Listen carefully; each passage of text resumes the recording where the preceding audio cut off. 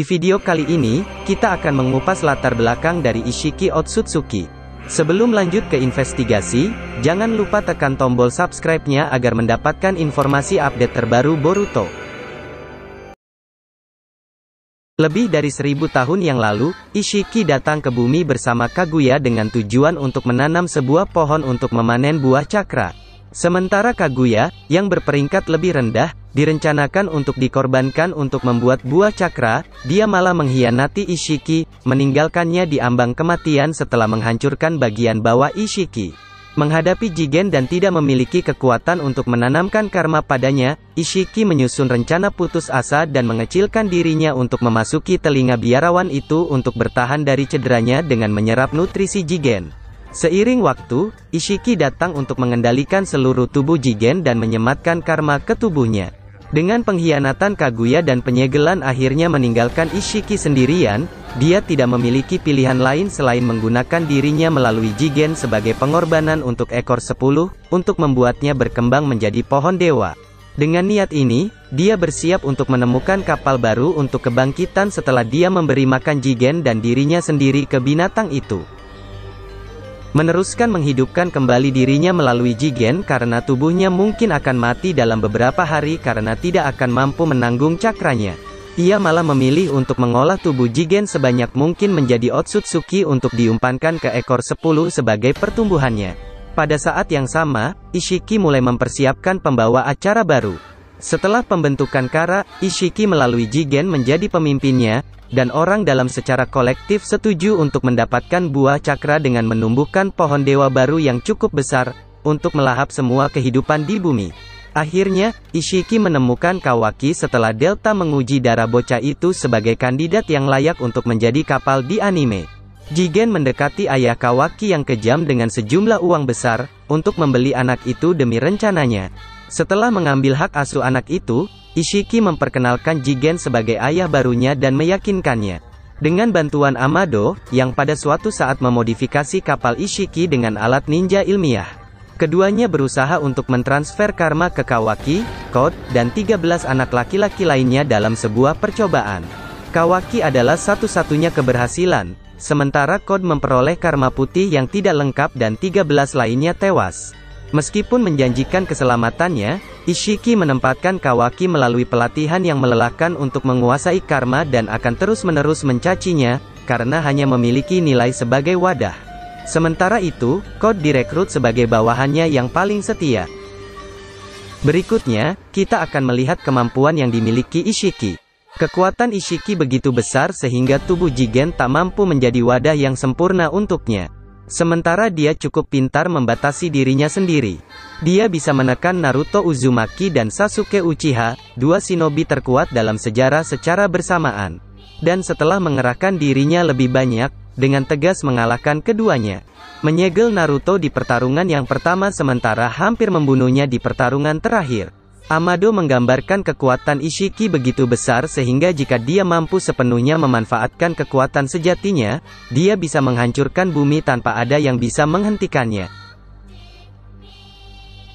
Kemudian ninjutsu Ishiki, dia bisa menggunakan penyerapan cakra yang cukup kuat untuk menyerap Amaterasu Sasuke. Memanfaatkan elemen Yin, dia dapat berkomunikasi dengan orang lain menggunakan Genjutsu. Dia menunjukkan kecakapan Bojutsu yang mahir, mampu dengan mudah melawan ilmu pedang Sasuke. Tongkat Ishiki juga mampu menguras cakra dari korban, yang dapat ia lakukan dengan gerakan tangan paling sedikit.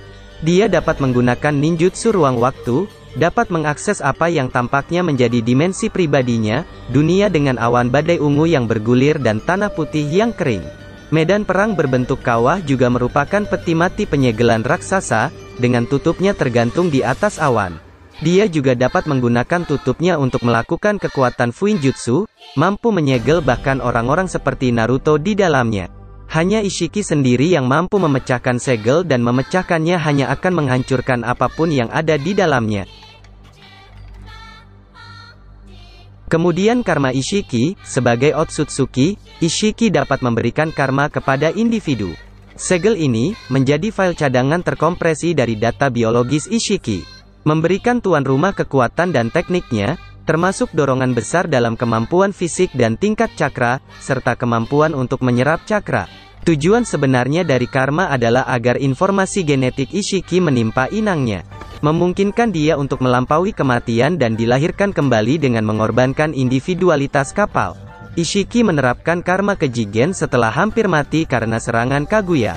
Tetapi mengetahui tubuh Jigen akan mati beberapa hari kemudian setelah dibangkitkan melalui dia, Ishiki menggunakan karma untuk lebih mengontrol tubuh Jigen sebagai wadah. Namun demikian, Jigen akan mengalami kerusakan besar jika mengakses terlalu banyak kekuatan Ishiki untuk waktu yang lama. Melalui bantuan ilmiah, Ishiki dapat mentransfer karmanya ke wadah yang lebih cocok, meskipun dengan tingkat keberhasilan yang sangat rendah. Terbukti hanya Kawaki yang cocok dari 13 percobaan lainnya. Pada saat yang sama, Ishiki masih harus memelihara Kawaki melalui pelatihan yang sulit untuk memastikan dia bisa bangkit kembali di tubuhnya.